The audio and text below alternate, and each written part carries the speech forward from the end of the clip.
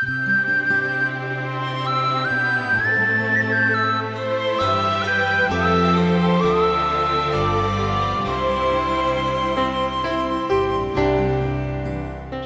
సోదరులారా, మీ బైబిళ్ళు తెరవండి. ఈరోజు మన పాఠం 2 కొరింథీ పత్రిక 6వ అధ్యాయం 11వ వచనం నుండి 18వ వచనం వరకు సావధానంగా వినండి. పౌలు కొరింథు సంఘానికి ఉత్తరం రాస్తూ అన్నాడు, ఓ కొరింథీయులారా, అరమరికలు లేకుండా మీతో మాట్లాడుతున్నాను. మా హృదయము విశాలపరచబడి ఉన్నది. మీ ఎడల మా అంతఃకరణము సంకుచితమై ఉండలేదు గాని మీ అంతఃకరణమే సంకుచితమై ఉన్నది. మీ ఎడల మాకున్న అంతఃకరణమునకు ప్రతిఫలముగా మీరు మీ హృదయములను విశాలపరచుకోండి. మీరు నా పిల్లలని మీతో ఈలాగు చెప్తున్నాను. మీరు అవిశ్వాసులతో జోడుగా ఉండకండి.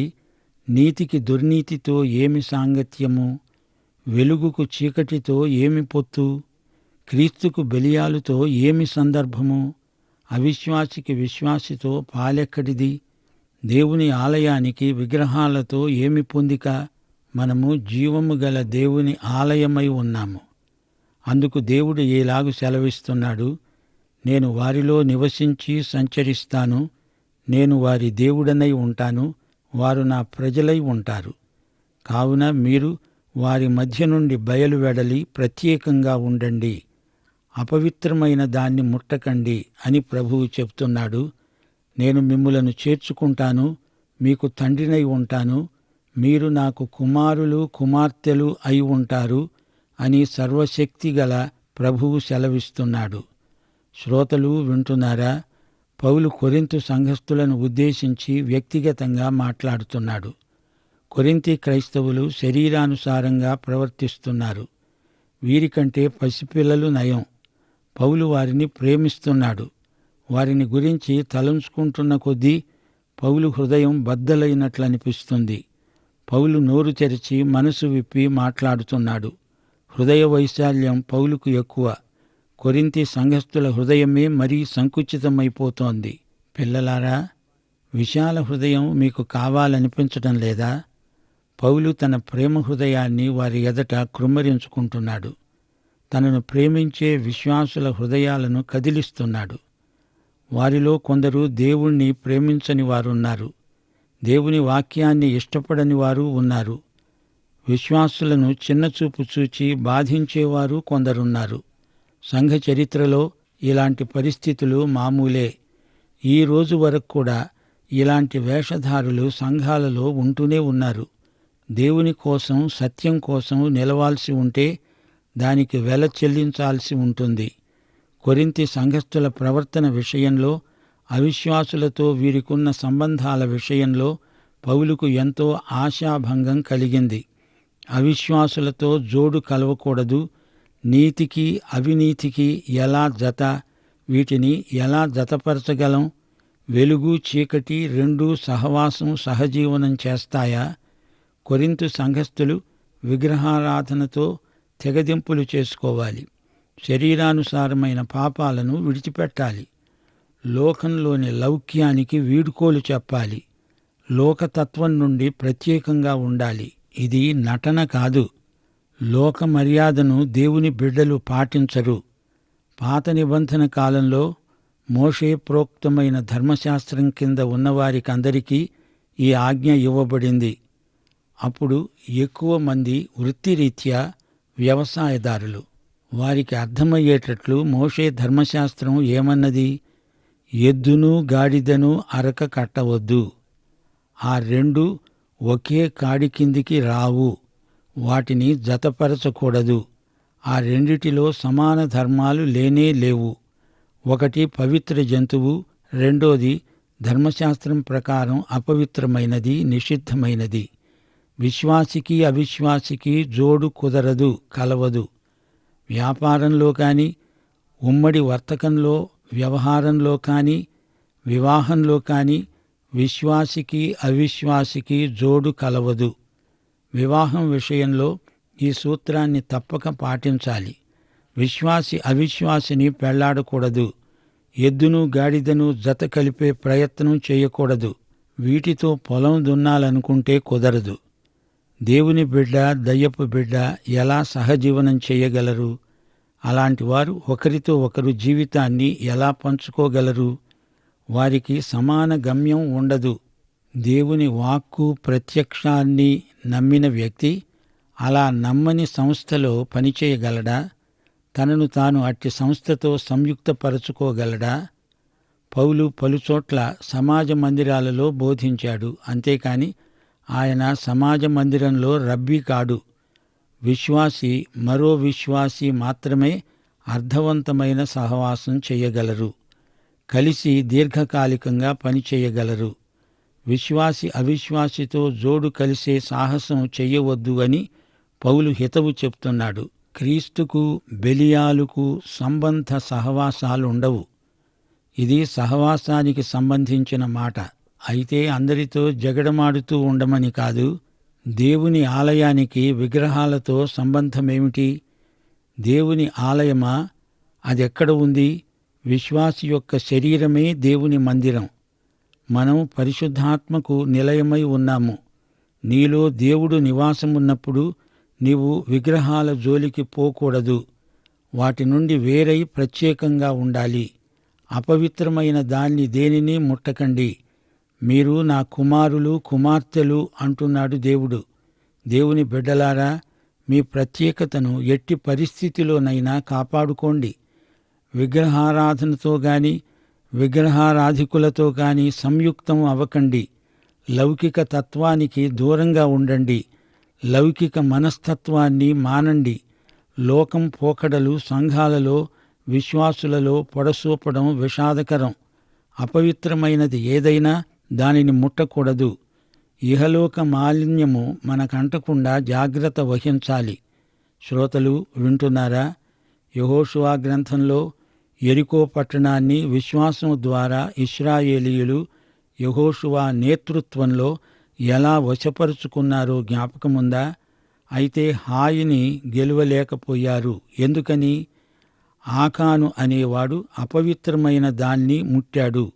అందుకని హాయిలో ఇశ్రాయేలీయులు ఓడిపోయారు. మేము ప్రత్యేకంగా ఉన్నాము అని చాలామంది క్రైస్తవులు అనుకుంటారు. అది చెయ్యకూడదు, ఇది చెయ్యకూడదు, దాన్ని ముట్టకూడదు అనే నియమాలు చాలా వరకు పాటిస్తారు. అయితే వారి నాలుక పొడుగు. ఉబుసుపోకకు వారిని వీరిని గురించి అపనిందలు ప్రచారం చేస్తారు. వారి నాలుక అపవిత్రమైనదని వారు గ్రహించరు. లోక మర్యాదలు, అలంకారాలు, వినోదాలు, వ్యాసంగాలు వారికి కావాలి. తిండిబోతుతనం వారిని తినేస్తుంది.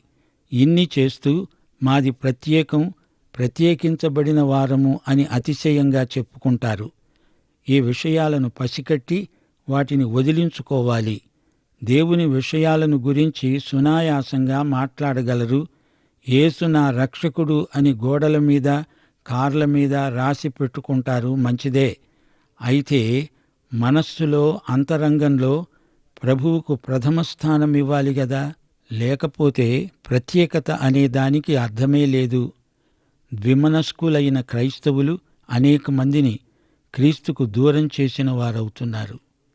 దేవుని వాక్యాన్ని బోధించేవారు పరిశుద్ధ జీవితము, మనస్సాక్షి గలవారై ఉండాలి. యెహోవా సేవోపకరణములను మోసేవారలారా, మిమ్ములను మీరు పవిత్రపరచుకోండి. ప్రత్యేకత అనేది ప్రదర్శన కాదు, అది విశ్వాసుల సౌశీల్య లక్షణం. పరిశుద్ధాత్మ వారిలో పండించిన పంట అది. వారి మధ్య నుండి బయటికి రండి, పవిత్రులై ఉండండి అంటున్నాడు దేవుడు. అపవిత్రమైనది ముట్టి అపవిత్రులు కాకండి. నీవు దేవుని బిడ్డవు అన్నప్పుడు ఇంటా బయట దేవుని బిడ్డవై ప్రవర్తించు. యేసు తృప్తిపరుస్తాడు అన్నప్పుడు అట్టి తృప్తి నీ ముఖం మీద రాసినట్లు కనిపించాలి. పౌలు ఈ పాఠంలో ఇదే సందేశం మనకు బోధిస్తున్నాడు. నేను మిమ్ములను చేర్చుకుంటాను, నేను మీ తండ్రిని, మీరు నా కుమారులు కుమార్తెలు, నేను మిమ్ములను ఆప్యాయంగా చేర్చుకుంటాను అంటున్నాడు దేవుడు. నీవు దేవుని బిడ్డవు గనుక నీ ద్వారా నీ దేవునికి మహిమ కలగాలి. సర్వశక్తుడైన దేవుని దీవెన నీ మీద నిలిచి ఉంటుంది. నీవు విశ్వాసివైతే దేవుడు నీ ప్రియ తండ్రి. నీవు వేషధారివైతే దేవుడు నీతో తండ్రిగా మాట్లాడలేడు గదా. దేవుడు నిన్ను కఠినంగా శిక్షించాల్సి వస్తుంది. అందుకే దేవుడు నిన్ను రమ్మని పిలుస్తున్నాడు. వారి మధ్య నుండి వచ్చి ప్రత్యేకంగా ఉండు అంటున్నాడు దేవుడు. లోకంలోని అపవిత్రమైన వాటిని ముట్టేవు జాగ్రత్త. ఇది దేవుని హెచ్చరిక. ప్రియ శ్రోతలు, వింటున్నారా? అపొస్తలుడైన పౌలు దాపరికం లేకుండా తన మనస్సులో ఉన్నదంతా వారితో పంచుకుంటున్నాడు. ఏవైనా మనస్పర్ధలుంటే అవి మీ నుండి వచ్చినవే కాని నన్ను బట్టి కాదు. నేను మీ ఎడల చూపే ప్రేమ, అంతఃకరణకు మీ నుండి ప్రతిస్పందన రావాలని కోరుతున్నాను. మిమ్ములను చూస్తుంటే మీరు చిన్నపిల్లల్లాగా వ్యవహరిస్తున్నట్లు నాకనిపిస్తోంది. బాల్య చాపల్యం ఆధ్యాత్మికంగా మంచిది కాదు. పిల్లలతో మాట్లాడినట్లు నేను మీతో మాట్లాడవలసి వచ్చింది. మాకు మీ హృదయాలను తెరవండి, మనసిచ్చి మాట్లాడండి. మీ హృదయాలలో మాకు చోటివ్వండి. మేము ఎవరికీ ఎట్టి అన్యాయము చేసి ఉండలేదు. ఎవరినీ మా స్వార్థం కోసం మేము వాడుకోలేదు. నేను ఎవరికీ తీర్పు తీర్చాలని చూడడం లేదు. విమర్శించాలని నేను మాట్లాడడం లేదు. మీ యందు మాకు నమ్మకం ఉంది, నాకెంతో ఆదరణ ఉంది అంటూ పౌలు ఈ అధ్యాయంలో మాట్లాడుతున్నాడు. పౌలు ప్రేమతో ఈ మాటలు రాస్తున్నాడు. అంతకు ముందు జరిగిందంతా మరిచిపోయాడు. అతని గుండె నిండా ప్రేమ మాత్రమే ఉన్నది. పౌలు హృదయంలో నిండి ఉన్న ప్రేమ ఇప్పుడు మాట్లాడుతోంది. పౌలు హృదయం తన ఆధ్యాత్మిక బిడ్డలైన కొరింథీ సంఘస్థుల వద్దకు పరిగెత్తిపోతోంది, ఎలుగెత్తి మాట్లాడుతోంది. పౌలు హృదయం ఎంత పెద్దదో చూడండి. సహవాసంలోని వెచ్చదనం వల్ల హృదయం వ్యాకోచిస్తుంది. హృదయం అంటే బైబిలు భాషలో అంతరింద్రియాలు అనే భావం ఇమిడి ఉంది. హృదయం అంటే అంతఃకరణ అని అర్థం చేసుకోవాలి. ఒక వ్యక్తిని శోధనలోకి నడిపించడం ఘోరమైన, నీచమైన పాపం. అలాంటిది మీ పట్ల నేను ఎన్నడూ చేసి ఉండలేదు అని పౌలు కొరింథీ సంఘస్థులతో చెప్తున్నాడు. దేవుడు శోధనకు కర్త కాడు. శోధన నుండి తప్పించేవాడు దేవుడు. అలాగే దైవ సేవకులు కూడా. పౌలు ఒక క్రైస్తవ నాయకుడుగా వారిని నీతి మార్గంలో నడిపించాడు. తనను వెంబడించే వారిపై పౌలు చూపిన ప్రభావం ఆధ్యాత్మిక విలువలతో కూడినది. అదే పౌలు అతిశయం, పౌలు ఆదరణ ఇదే. మధ్యలో ఎన్నో సమస్యలు వచ్చి తన మీద పడినా పౌలు హృదయంలో నుంచి ఆనందం పెల్లుబికి వస్తోంది. దేవుని ప్రేమ అతణ్ణి నిలువెల్లా నింపింది. మానవ సంబంధాలలో యేసు మనస్సు కానరావాలి. సామెతలు 15వ అధ్యాయం 17వ వచనంలో సొలొమోను సూక్తి, పగవాని ఇంట విలువైన భోజనం తినే కంటే ప్రేమగల చోట ఆకుకూరల భోజనం తినడం మేలు. శ్రోతలు, ఇదే అధ్యాయంలో పౌలు అవిశ్వాసులకు విశ్వాసులకు మధ్య పొత్తు కుదరదు అన్నాడు. నీతికి దుర్నీతికి పరస్పర సహవాసం ఉండదు. చీకటిని వెలుగును కలపలేము. క్రీస్తుకు దయ్యానికి పొంతన ఏమిటి? సత్యదేవుని ఆలయంలో అసత్య విగ్రహాలకు తావు ఉండదు గదా. మనం అనగా సజీవ దేవుని బిడ్డలం. మనమే దేవుని ఆలయం. దేవుడు మనల్ని క్రీస్తునందు చేర్చుకున్నాడు. మనమే ఆయనకు ఆలయమై ఉన్నాము. ధైర్యము, నిరీక్షణ వలని ఉత్సాహము తుదమట్టుకు స్థిరముగా చేపట్టిన ఎడల మనమే ఆయన ఇల్లు. అపవిత్రమైన వ్యాసంగాలు పెట్టుకోవద్దు. వాటిని వదిలివేసి రండి. మీ ప్రత్యేకతను కాపాడుకొనండి అంటూ పౌలు క్రైస్తవులను హెచ్చరిస్తున్నాడు. సర్వశక్తుడు, సర్వాధికారి అయిన దేవుడు ప్రత్యేకత కొరకై మనకు పిలుపు ఇస్తున్నాడు. మనకు దేవుని వాగ్దానాలున్నాయి. వాటిపై మనం స్థిరంగా నిలవాలి. మనల్ని మనం శుద్ధిపరుచుకోవాలి. శరీరాత్మలకు ఎట్టి కల్మషము సోకకుండా శుచిని పాటిద్దాము. దేవుని భయమెరిగి దేవుని పరిశుద్ధతను మనలో సంపూర్ణము చేసుకుందాము అని పౌలు కొరింథీ సంఘమును ప్రోత్సహిస్తున్నాడు. ఎద్దును గాడిదను ఒకే కాడికి కట్టడం అవివేకం. ద్వితీయోపదేశకాండం 22వ అధ్యాయం 10వ వచనం, ఎద్దును గాడిదను జత చేసి భూమిని దున్నకూడదు. లేవియకాండం 19:19 మీరు నా కట్టడలను ఆచరించాలి. నీ జంతువులను ఇతర జాతి జంతువులను కలవనీయకూడదు. కొన్ని శాల్తీలున్నాయి, అవి పరస్పర విరుద్ధ ధర్మాలు కలవి. వాటిని కలపటానికి వీలు కాదు. సవ్యమైన దాన్ని అపసవ్యమైన దానితో జత చేయడం ఎలాగా? విశ్వాసి పవిత్రత, అవిశ్వాసి అపవిత్రత, ఈ రెండిటినీ కలపటం వికృతం. పరిశుద్ధ దేవాలయానికి విగ్రహాలతో సంబంధమేమిటి అని పౌలు ప్రశ్నిస్తున్నాడు. అతని మనస్సులో మనష్షే రాజు మెదిలి ఉంటాడు. మనష్షే చెక్కబడిన విగ్రహాన్ని దేవాలయంలోకి తెచ్చాడు. ఆ తరువాత యోషియా రాజు వచ్చి అట్టి విగ్రహాలను నాశనం చేశాడు. యెహెజ్కేలు గ్రంథం 8వ అధ్యాయంలో దేవునికి రోషము పుట్టించే విగ్రహ స్థానం ఉంది. దేవుని ఆలయంలోకి నిషిద్ధమైన విగ్రహాలను తెస్తే ఎలాంటి ఘోర పరిణామాలు వచ్చాయో గత చరిత్ర చెప్పకే చెబుతోంది. అందుకే పౌలు ఈ కలగాపులగాన్ని నిర్ద్వంద్వంగా ఖండిస్తున్నాడు. అవిశ్వాసుల విశ్వాసహీనతను పంచుకొని హీనులైపోవద్దు అని పౌలీయమైన హెచ్చరిక. లోక ప్రవృత్తితో మైలపడవద్దు, వారి మధ్య నుండి బయటికి రండి అని దేవుడు ఎన్నిసార్లో వారిని హెచ్చరించాడు. వారితో ఆయన విసిగిపోయాడు. అబ్రహామా, వారి మధ్య నుండి బయటికి రా. లోతు, సొదొమ గొమొర్రాల నుండి వెలుపలికి రా. శ్రోతలు, దేవుని బిడ్డలైన మీరు లోక మాలిన్యాన్ని అంటించుకోవద్దు, అప్రమత్తంగా ఉండండి.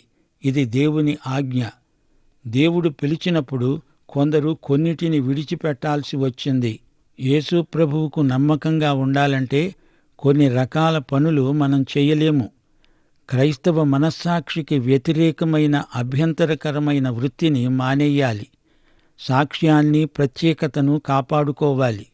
నీవు చేసే పని ఏదైనా క్రీస్తు నీలో ఉండి చేయిస్తూ నీతో కలిసి చేసే పని అయి ఉండాలి. సాంఘిక సామాజిక ఆచారాలు క్రీస్తు ఆమోదము లేనివైతే పూర్తిగా విసర్జించాలి. క్రీస్తు చెప్పంది మనం చెప్పము, ఆయన చెయ్యనిది మనము చెయ్యము, అంతే. దేవుని కృపను అంగీకరించడానికి ఇదే అనుకూల సమయం, ఇదే రక్షణ దినం. రేపు అనుకుంటే ఆలస్యం కావచ్చు, అది నీకు ఆశాభంగ దినం కావచ్చు. మనం ప్రభువును నమ్ముకోగలిగామంటే మన కోసం ఎందరు ప్రార్థించారో, ఎందరు ప్రయాసపడ్డారో వారిని మరిచిపోగలమా? అలాగే కొరింథీ సంఘస్థులు పౌలు చేసిన త్యాగాలను మరిచిపోకూడదు.